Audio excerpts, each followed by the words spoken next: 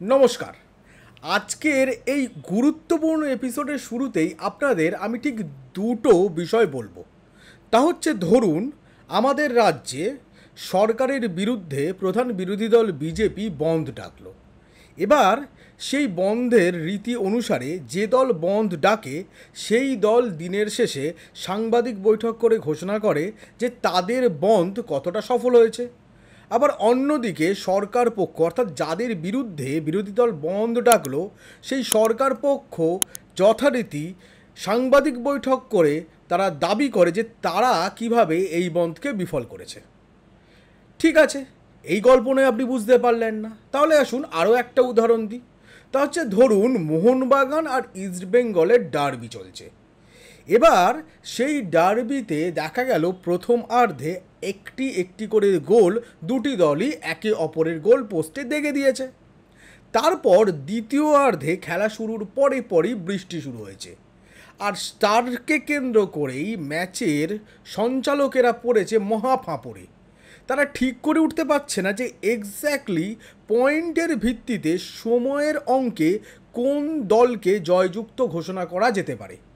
এমন সময় আসরে নেমে পড়ল মোহামেডান ঘোষণা করলো যে এক্ষেত্রে না ইস্টবেঙ্গল জিতেছে না মোহনবাগান জিতেছে।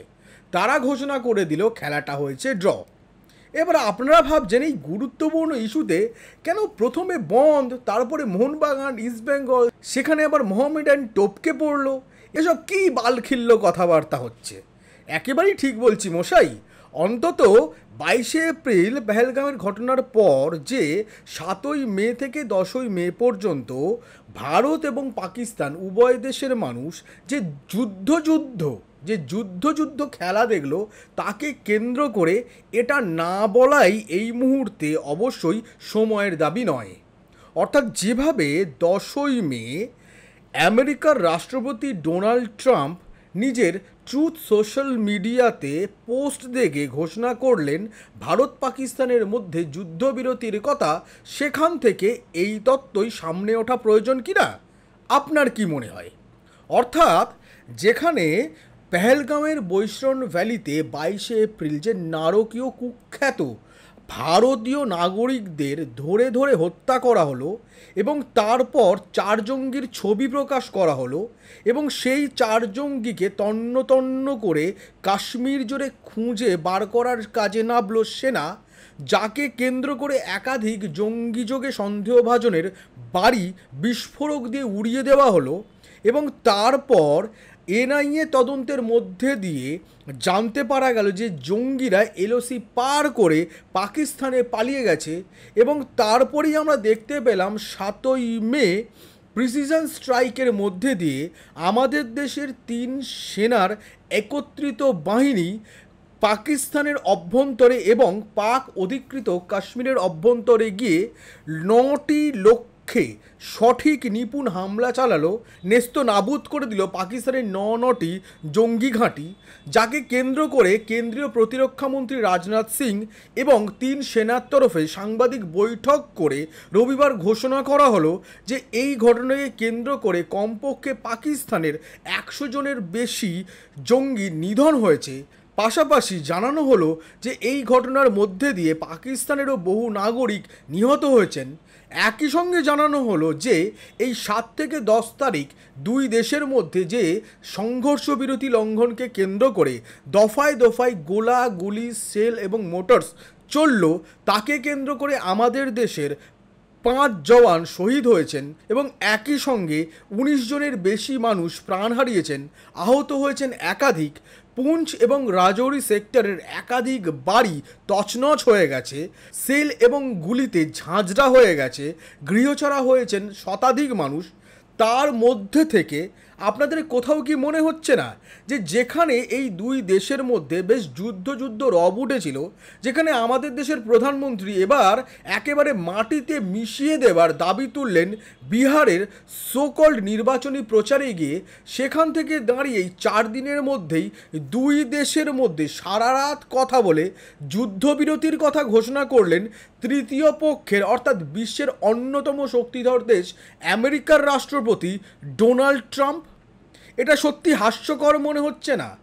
অর্থাৎ আমাদের দেশে যেখানে বিজেপির তরফে গত 11 বছর ধরে উগ্র দেশত্ববাদকে সামনে রেখে, সাম্প্রদায়িকতাকে সামনে রেখে, দফায় দফায় হিন্দু মুসলিম সাম্প্রদায়িকতাকে উস্কানি দিয়ে, সাম্প্রদায়িক জাতীয়তাবাদকে হাওয়া দিয়ে মানুষের মধ্যে তীব্র ঘৃণার সঞ্চার করা হয়েছে, যাকে কেন্দ্র করে আমরা দেখেছিলাম 24-এর লোকসভা নির্বাচনে দেশের সার্বভৌমত্বকে রক্ষা করার জন্য, দেশের সাংবিধানিক কাঠামোকে রক্ষা করার জন্য, দেশের সংবিধানকে রক্ষা করার জন্য, সংবিধানকে সামনে রেখে রাহুল গান্ধীর নেতৃত্বে কংগ্রেস এবং ইন্ডিয়া জোটকে লোকসভা নির্বাচনে প্রচার আসর গরম করতে, সেখান থেকে দাঁড়িয়ে যখন আমেরিকার মতো পৃথিবীর অন্যতম শক্তিধর দেশের রাষ্ট্রপতি ভারত পাকিস্তানের মধ্যে চলা সংঘর্ষ বিরতি লঙ্ঘনকে কেন্দ্র করে উত্তেজনার বিরতি ঘোষণা করে, তা নিয়ে প্রশ্ন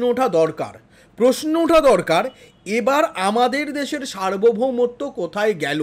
প্রশ্ন তোলা দরকার যে সিমলা চুক্তিকে কেন্দ্র করে দুই দেশের মধ্যে বিবাদ দু দেশের দ্বিপাক্ষিক আলোচনার দ্বারাই মীমাংসা করার কথা বলা হয়েছিল, তাহলে এবার কি সেই সিমলা চুক্তি চিরতরে মুছে যেতে বসেছে?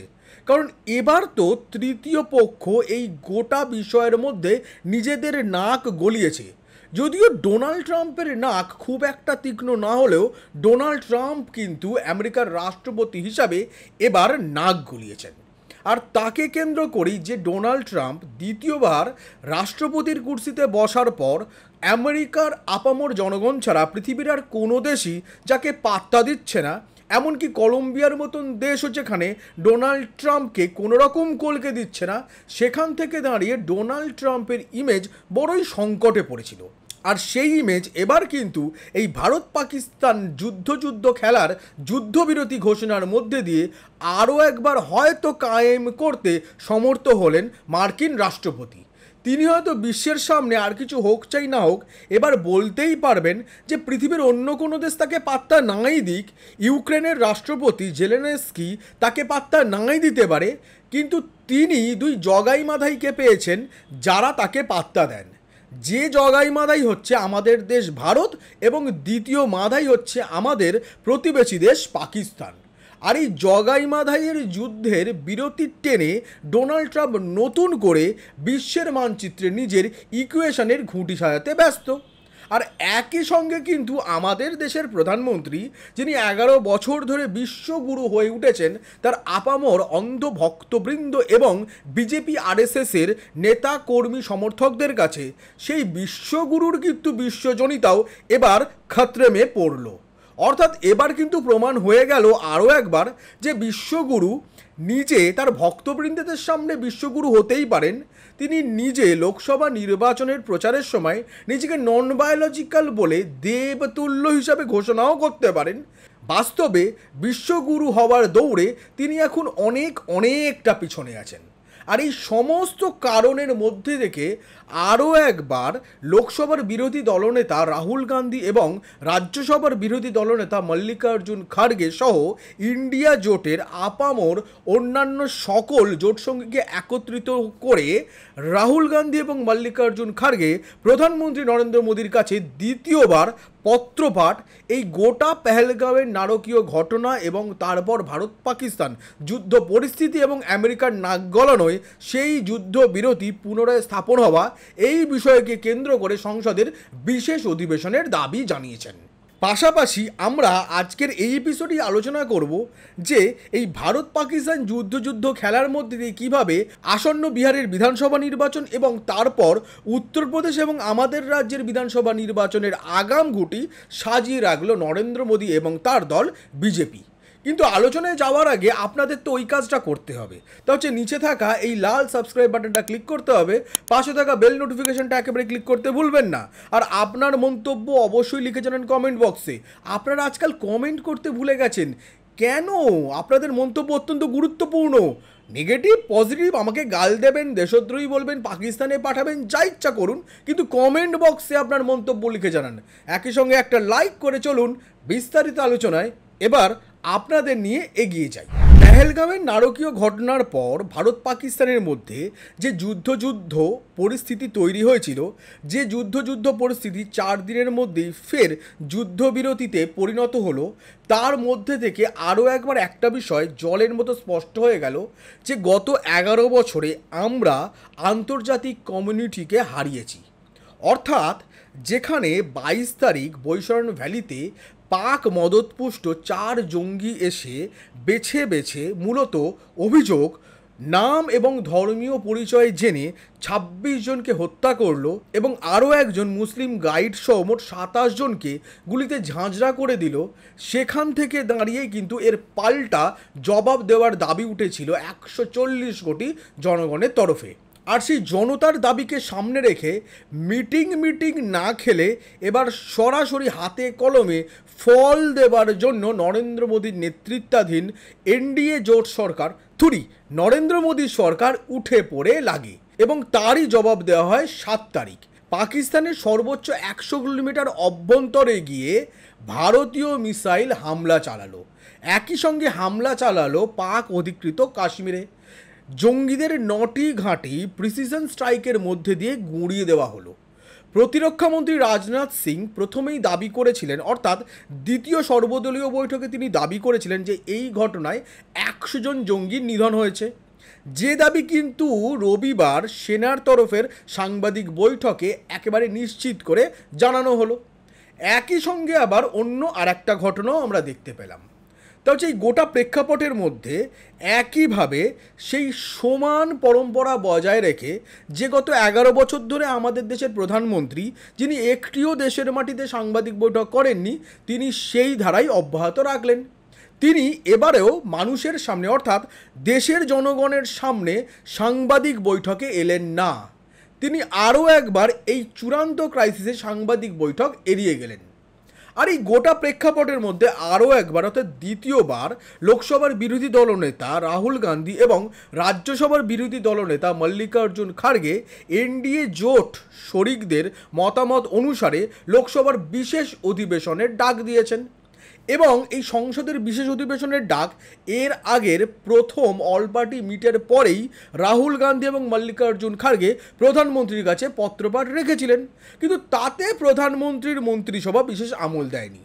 কিন্তু এবার যখন যুদ্ধবিরতি আরও একবার ডোনাল্ড ট্রাম্পের সারারাত আলোচনার পর ডোনাল্ড ট্রাম্প নিজেই এই দুই দেশের যুদ্ধ খেলার বিরতি ঘোষণা করে দিলেন, তারপর রাহুল গান্ধী এই বিষয়টিকে কেন্দ্র করে দেশের সার্বভৌমত্বের প্রশ্নকে সামনে রেখে সংসদের বিশেষ অধিবেশনের দাবি আরও একবার পত্রপাঠ জানালেন দেশের প্রধানমন্ত্রী নরেন্দ্র মোদীকে।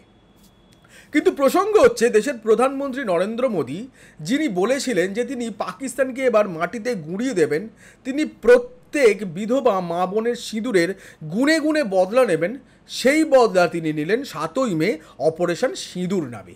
কিন্তু এই প্রেক্ষাপটের মধ্যে আরও একটা বিষয় দেখতে পেলাম, তা হচ্ছে শনিবার যখন আমেরিকার রাষ্ট্রপতি ডোনাল্ড ট্রাম্প তার সোশ্যাল নেটওয়ার্ক ট্রুথে একটি পোস্ট করে দুই দেশের মধ্যে যুদ্ধবিরতির কথা ঘোষণা করলেন এবং তারপরেই দেখলাম একদিকে ভারত যেখানে অপারেশন সিঁদুর নিয়ে এবং একই সঙ্গে পাকিস্তানের অভ্যন্তরে 9টি জঙ্গি ঘাঁটি গুঁড়িয়ে দিয়ে একাধিক জঙ্গি নিধনের সাফল্যকে কেন্দ্র করে নিজেদের পিঠ চাপড়াতে ব্যস্ত, ঠিক আবার উল্টো দিকে পাকিস্তানেও একই ছবি। পাকিস্তানও এই গোটা ঘটনায় নিজেদের সাফল্যকে সামনে রেখে পিঠ চাপড়াতে ব্যস্ত, যাকে কেন্দ্র করে রবিবার বিশেষ ছুটি এবং সেলিব্রেশনেরও আয়োজন করে পাক সরকার। কিন্তু এই গোটা প্রেক্ষাপটের মধ্যে একটা প্রশ্ন থেকেই যায়, তা হচ্ছে জিতলো কে হারলো কে? প্রশ্ন, যুদ্ধ কি বাস্তবই হলো?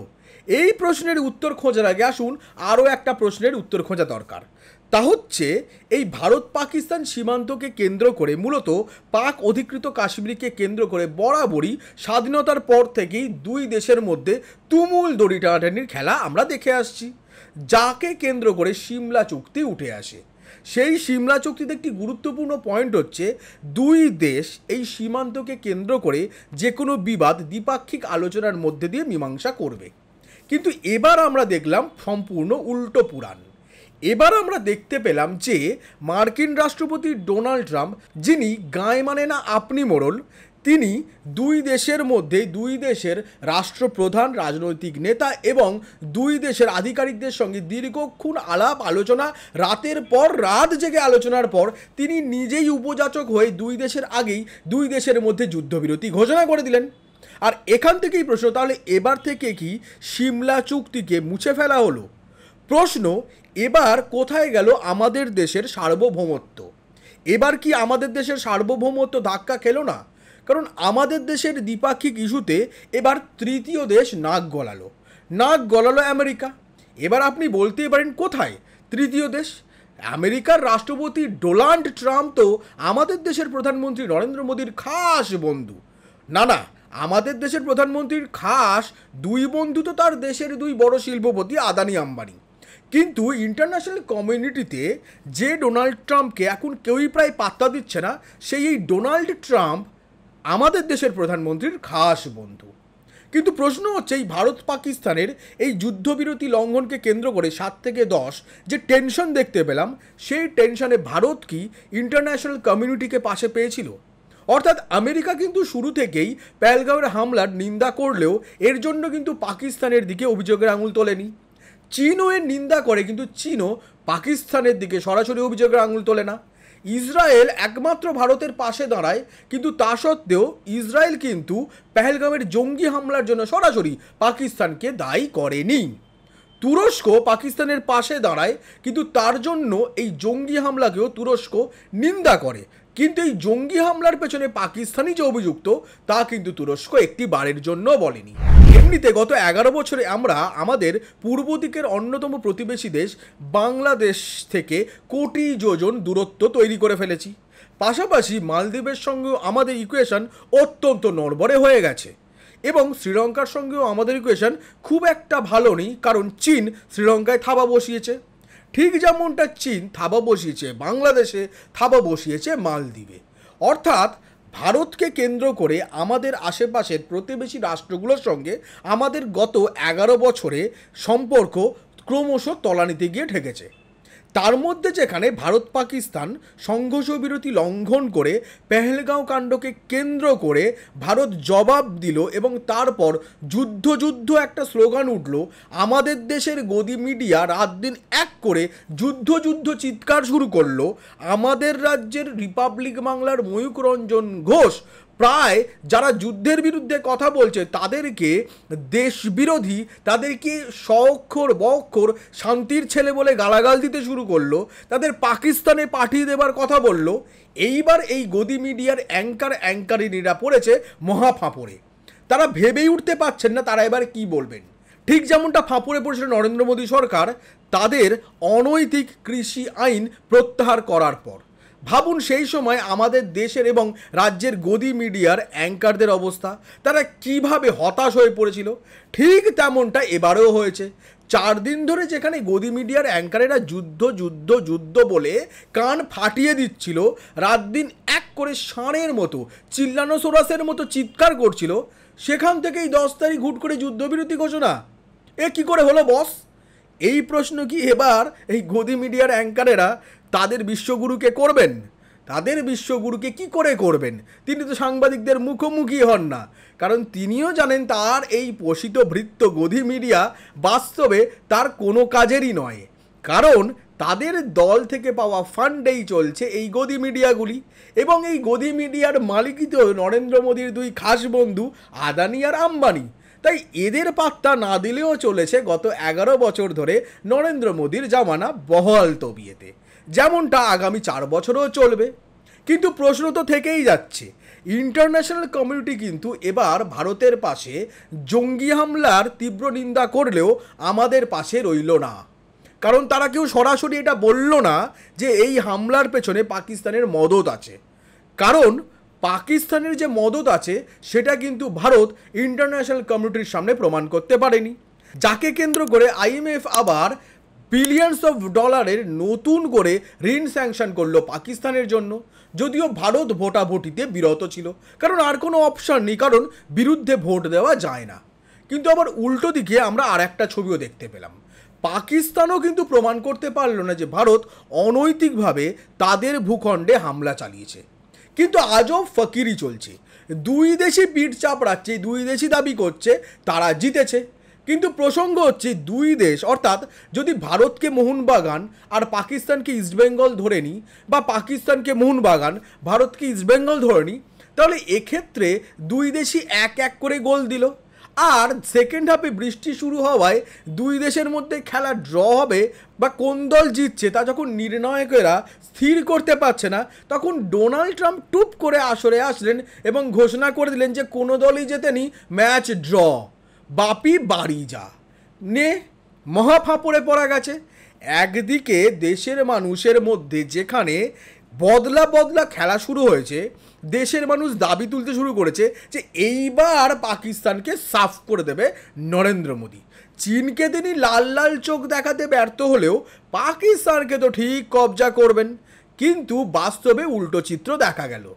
পাকিস্তানকে কতটা কবজা করা গেল তার চেয়েও বড় ব্যাপার, দুই দেশ নিজের অস্ত্র ভাণ্ডার ঝালিয়ে নিল। আবার তারই মধ্যে উত্তরপ্রদেশের মুখ্যমন্ত্রী যোগী আদিত্যনাথ রবিবার উত্তরপ্রদেশে ব্রহ্মোস মিসাইলের নতুন ফ্যাক্টরি উদ্বোধনের সময় ঘোষণা করে বসলেন যে 7 তারিখ যে প্রিসিশন স্ট্রাইক হয়েছিল তাতে নাকি ভারত ব্যবহার করেছিল ব্রহ্মোস মিসাইল। একবার ভেবে দেখুন, সেনার তরফে কোনো তথ্য নেই, কিন্তু উত্তরপ্রদেশের যোগী আদিত্যনাথ তিনি ঘোষণা করে বসলেন। তাহলে প্রশ্ন ওঠে না যে এই তথ্য তিনি কোত্থেকে পেলেন? কারণ গত 7 থেকে 10 তারিখ গদি মিডিয়া দফায় দফায় ফেক নিউজের মিসাইল যেভাবে আমাদের দেশের জনগণের সামনে একের পর এক ছুঁড়ে গেছে, সেখান থেকে আন্তর্জাতিক মানচিত্রে কিন্তু আমাদের দেশের সংবাদ মাধ্যমকে নিয়ে যথেষ্ট হাসির খোরাক তারাই তৈরি করে দিয়েছেন। আর সেখান থেকে আরও একবার প্রশ্ন উঠছে যে এই ব্রহ্মোস মিসাইলের থিওরিটা কোত্থেকে এলো। ঠিক যেমনটা গদি মিডিয়ার অ্যাঙ্কারেরা 7 থেকে 10 তারিখের মধ্যে প্রচার করছিল করাচির বন্দর নাকি ধ্বংস করে দেওয়া হয়েছে, লাহোর দখল করে নিয়েছে, ইসলামাবাদ ভারতীয় সেনা ক্যাপচার করে নিয়েছে। একবার ভাবুন এই গদি মিডিয়ার অ্যাঙ্কারদের মূর্খামোটা কতটা, তারা কতটা অন্ধভক্ত। তার চেয়েও বড় ব্যাপার, আমাদের দেশের জনগণকে তারা মনে হয় 4 অক্ষরই মনে করে। না হলে ভাবুন ভারতের জনগণের সামনে এই গদি মিডিয়ায় এই ধরনের ফেক নিউজ কিভাবে ছড়ায়। বাদ যায়নি পাকিস্তানের মিডিয়াও কারোর না কারোর তো গদিতেই বসে, আর তাই জন্য পাকিস্তানের মিডিয়াও একের পর এক ফেক নিউজের মিসাইল ছুঁড়তে শুরু করে। দুই দেশের সংবাদ মাধ্যমের এই ফেক নিউজের জ্বালায় আর কিছু হোক চাই না হোক, শুরুতে একটা বিষয় বোঝা গেছিল যে যুদ্ধটা সীমান্তের চেয়েও বড় ব্যাপার। যুদ্ধটা লড়তে হচ্ছিল দুই দেশেরই সেনাকে, দুই দেশেরই প্রশাসনকে দেশের অভ্যন্তরে ভ্রান্ত খবর দূর করার জন্য। কিন্তু এই পরিপ্রেক্ষিতের মধ্যে তো প্রশ্নটা থেকেই যায় যে 22 তারিখ পেহেলগাঁওয়ে যে ঘটনা ঘটলো তার দায় কার, অর্থাৎ সিকিউরিটি ল্যাবসের দায়িত্বটা কে নেবে। 22 তারিখের ঘটনার পর সংসদে অল পার্টি মিটিংয়ে কেন্দ্রীয় স্বরাষ্ট্রমন্ত্রী অমিত শাহ ঢোক গিলে 2004 সাল থেকে ইউপিএ জমানার কি ভুল সেই গোনাতে গোনাতে অবশেষে রাহুল গান্ধীর প্রশ্নের মুখে পড়ে তিনি ঢোক গিলে স্বীকার করতে বাধ্য হয়েছেন যে সিকিউরিটিতে থোড়া সা তো চুক থা। আবার কিরণ রিজিজু কেন্দ্রীয় সংসদ বিষয়ক মন্ত্রী তিনিও সংবাদ মাধ্যমের সামনে সে কথা বলে বসেছেন। এর আগের ভিডিওতেও আমি সে কথা আপনাদের জানিয়েছি। তাহলে প্রশ্ন তো থেকেই যায় যে সিকিউরিটি ল্যাবসটা কার?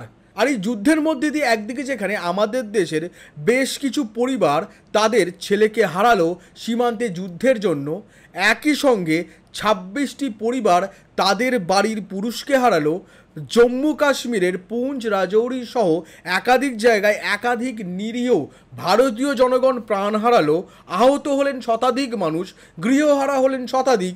সেখান থেকে দাঁড়িয়ে লাভটা কার হলো? লাভ হলো দুই দেশের। ভারত যেখানে নিজের S-400 ডিফেন্স সিস্টেম ঝালিয়ে নিল, ঠিক তেমনটাই পাকিস্তানের তরফে চীনের থেকে কেনা অস্ত্রের ব্যবহার হয়। সেই অস্ত্র যদিও বেশিরভাগই ভারতের মাটি ছুঁতেই পারেনি, আকাশেই ধ্বংস হয়ে যায়। এবার চীনের কাছে একটা উন্মুক্ত বাজার তৈরি হলো, অর্থাৎ আগামী দিনে পাকিস্তান সহ অন্যান্য দেশের কাছে অস্ত্র বেচার আগে এবার চীন যথেষ্ট সময় পেয়ে গেল তাদের অস্ত্রের ভুলভ্রান্তি ঠিক করে নেবার জন্য। আবার উল্টো দিকে পাকিস্তান সুযোগ পেয়ে গেল বালুচিস্তানে যে বিচ্ছিন্নতাবাদী আন্দোলন চলছে তাকে ট্যাকেল করার জন্য। পাশাপাশি আমাদের দেশের নরেন্দ্র মোদী সরকারও এবার সুযোগ পেয়ে গেল এই যুদ্ধ রবকে কেন্দ্র করে অস্ত্র ভাণ্ডার থেকে বেশ কিছু অস্ত্র খরচা হয়ে গেছে, তাই এবার নতুন অস্ত্র কেনা দরকার। এবার আবারও রব উঠবে S-400 ডিফেন্স সিস্টেম, আমাদের আরও বেশ কতগুলি কিনে রাখা দরকার। শুধু তাই না, রব উঠবে রাফাল যুদ্ধ বিমান আরও কতগুলি কেনা দরকার। পাশাপাশি অন্যান্য সেনা ইকুইপমেন্ট এবং সেনাকে আরও আধুনিক গড়ে তুলতে তাই স্বাস্থ্য, শিক্ষা এবং অন্যান্য খাত থেকে বরাদ্দ কমিয়ে প্রতিরক্ষা খাতে বরাদ্দ বৃদ্ধি করা দরকার। এবং সেই ঘটনা আমরা দেখতে পাবেন কিন্তু আসন্ন বাজেটে। কিন্তু এর মধ্যে থেকেই কিন্তু আপনাদের বুঝতে হবে সামনে বিহারের বিধানসভা নির্বাচন। প্রধানমন্ত্রী নরেন্দ্র মোদী এবার বিহারের নির্বাচনে গিয়ে এই যেভাবে ভারতীয় সেনা 9টি পাকিস্তানের জঙ্গি ঘাঁটির ধ্বংসের ছবি স্লাইড শো করে দফায় দফায় দেখাচ্ছিল, নরেন্দ্র মোদীকেও দেখবেন আপনি বিহারের নির্বাচনী প্রচারে গিয়ে সেই ছবি দেখিয়ে নিজের 56 ইঞ্চি ছাতি পেটাতে। কিন্তু বিষয় হচ্ছে এই 56 ইঞ্চি ছাতিধারী প্রধানমন্ত্রী নরেন্দ্র মোদী, যাকে 11 বছর ধরে বিশ্বগুরু হিসাবে ক্লেম করছিল গদি মিডিয়া এবং তার ভক্তবৃন্দ, এবার প্রশ্ন কিন্তু দাঁড়াচ্ছে বাস্তবেই কি তিনি বিশ্বগুরু? কারণ দেখুন, রাশিয়া যখন ইউক্রেন ইনভেশন শুরু করলো, তারপর নরেন্দ্র মোদী দফায় দফায় রাশিয়ার ভ্লাদিমির পুতিন আর ইউক্রেনের জেলেনস্কির সঙ্গে অনেকবার কথা বলেছে। এমনই কি বিজ্ঞাপন শুরু হয়েছিল ওয়ার রুখবাদি পাপা, কিন্তু সেই ওয়ার কি এখনও থেমেছে? যদিও সাময়িক যুদ্ধবিরতি দুই দেশের মধ্যেই চলছে। আবার ঠিক যেমনটা দেখুন, ইসরায়েল দফায় দফায় গাজা স্ট্রিপে হামাসের হামলার পর বোম ফেলতে ফেলতে গত 1 বছরে গাজা স্ট্রিপকে প্রায় ধ্বংস করে দিয়েছে, যাকে কেন্দ্র করে আমাদের রাজ্যের বিরোধী দলনেতা শুভেন্দু অধিকারী হুঙ্কার দিলেন যে পাকিস্তানকে এবার গাজা স্ট্রিপ বানিয়ে দেওয়া হবে। তাও কি সফল হলো? অর্থাৎ নরেন্দ্র মোদীর বিশ্বগুরুর নেপোর দই কিন্তু এবার মেরে বেরিয়ে গেলেন ডোনাল্ড ট্রাম্প, তার খাস বন্ধু। আর ডোনাল্ড ট্রাম্প আরও একবার ইন্টারন্যাশনাল কমিউনিটির কাছে প্রমাণ করলেন যে আর কিছু হোক চাই না হোক, ভারত পাকিস্তান নামক দুই জগাই মাধাই তার কথা শুনে চলবে। তিনি যদি বলেন বাবু তোমরা যুদ্ধ করো, তারা যুদ্ধ করবে। তিনি যদি বলেন বাবু তোমরা থামো, তারা থেমে যাবে। কিন্তু এই গোটা প্রেক্ষাপটের মধ্যে তো প্রশ্ন থেকেই গেল, তাই না, যে আসলে যে সিকিউরিটি ল্যাপস হলো 22 তারিখ পেহেলগাঁওয়ের ঘটনায়, এই সিকিউরিটি ল্যাপসের দায়িত্ব কে নেবে? কার ভুলে 27 জন মানুষ প্রাণ হারালেন? এবং তারপর এই যুদ্ধকে কেন্দ্র করে যে একাধিক মানুষ প্রাণ হারিয়েছেন, তার জবাব কে দেবে? কারণ দেশের প্রধানমন্ত্রী নরেন্দ্র মোদী আর কিছু হোক চাই না হোক, দেশের সংবাদ মাধ্যমকে তো পাত্তাই দেন না। অর্থাৎ দেশের সার্বভৌমত্ব একদিকে যেখানে ডোনাল্ড ট্রাম্পের নাক গলাকে কেন্দ্র করে প্রশ্নের মুখে পড়ল, ঠিক তেমনটাই আরও একটা প্রশ্ন সামনে উঠল যে আমাদের দেশ গণতান্ত্রিক দেশ, যার 4টে স্তম্ভ, যে স্তম্ভের একটি স্তম্ভ হলো সংবাদ মাধ্যম, সেই সংবাদ মাধ্যমেরও গত 11 বছরে অস্তিত্বটা টিকিয়ে রেখেছে নরেন্দ্র মোদীর সরকার। প্রশ্ন তুলুন, প্রশ্ন তোলা দরকার। একাধিক প্রশ্ন এই পেহেলগাঁওয়ের প্রেক্ষাপটের পর আমাদের সামনে উঠেছে, কারণ এই একাধিক প্রশ্নের মধ্যেই লুকিয়ে আছে নরেন্দ্র মোদী সরকার এবং তার সরকারের একাধিক বিফলতা। কারণ এই প্রশ্নগুলোর মধ্যে দিয়েই আপনাদের সামনে জলের মতো স্পষ্ট হয়ে যাবে যে বিহারের বিধানসভা নির্বাচনের আগে কিভাবে এই পেহেলগাঁওয়ের ঘটনা এবং তারপর পাকিস্তানকে জবাব দেওয়াকে কেন্দ্র করে এই যুদ্ধ খেলাকে হাতিয়ার করে নরেন্দ্র মোদী এবং তার দল নামতে চলেছে বিহারের বিধানসভা নির্বাচনের নির্বাচনী প্রচারে। আপনাদের কাছে জলের মতো স্পষ্ট হয়ে যাবে কিভাবে আমাদের রাজ্যের বিধানসভা নির্বাচনের ইকুয়েশনও এই যুদ্ধ খেলাকে কেন্দ্র করে ঘোরাবার চেষ্টায় নামবে বিজেপি। আর এই সব প্রশ্নের মধ্যে দিয়ে আরও একবার প্রশ্ন রইল, ডোনাল্ড ট্রাম্পের নাক গলানোর মধ্যে দিয়ে সত্যি কি আমাদের দেশের সার্বভৌমত্ব বজায় রইল? সত্যি কি আমাদের দেশের সার্বভৌমত্ব এবার খতরে পড়ল না? এর উত্তরও কে দেবে? নরেন্দ্র মোদীর সরকার বিরোধীদের দাবি মেনে সংসদের কি বিশেষ অধিবেশন তারা ডাকবে? তা তো আগামী দিনেই জানা যাবে। একই সঙ্গে সেনার তরফে ওয়েস্টার্ন কমান্ডকে একেবারে ফ্রি হ্যান্ড দেওয়া হয়েছে। বায়ুসেনাও বানিয়ে দিয়েছে তারা সব সময় প্রস্তুত, নৌসেনাও জানিয়েছে তারা প্রস্তুত। একই সঙ্গে ভারতের তরফে জানানো হয়েছে আগামী দিনে আর কোনো রকম জঙ্গি হামলা যদি ভারতের মাটিতে পাকিস্তানের দিক থেকে হয়, তাহলে তাকে সরাসরি যুদ্ধের হুমকি হিসাবেই ভারত দেখবে এবং ভারত কিন্তু যুদ্ধ করতে পিছপা হবে না। আর এই সবের মধ্যে দিয়ে একাধিক প্রশ্নকে নিয়ে আজকের এপিসোড এখানেই শেষ করলাম। দেখা হবে পরবর্তী এপিসোডে। ততক্ষণ দেখতে থাকুন, সঙ্গে থাকুন আশীর্বাদ দ্য ট্রুথ। আর আজকের এপিসোড নিয়ে আপনার মন্তব্য লিখে জানান কমেন্ট বক্সে। আর যাওয়ার আগে একটা ছোট্ট ঘোষণা, আমরা আমাদের চ্যানেলে জয়েন বাটন শুরু করেছি। দুটো ছোট্ট প্যাকেজ আছে, পারলে দেখতে পারেন এবং আমাদের চ্যানেলে সদস্য হতে পারেন, কারণ আপনারাই আমাদের চ্যানেলের আসল শক্তি। তাই চলুন, দেখা হবে পরবর্তী এপিসোডে। ততক্ষণ আমি আশীর্বাদ, নমস্কার।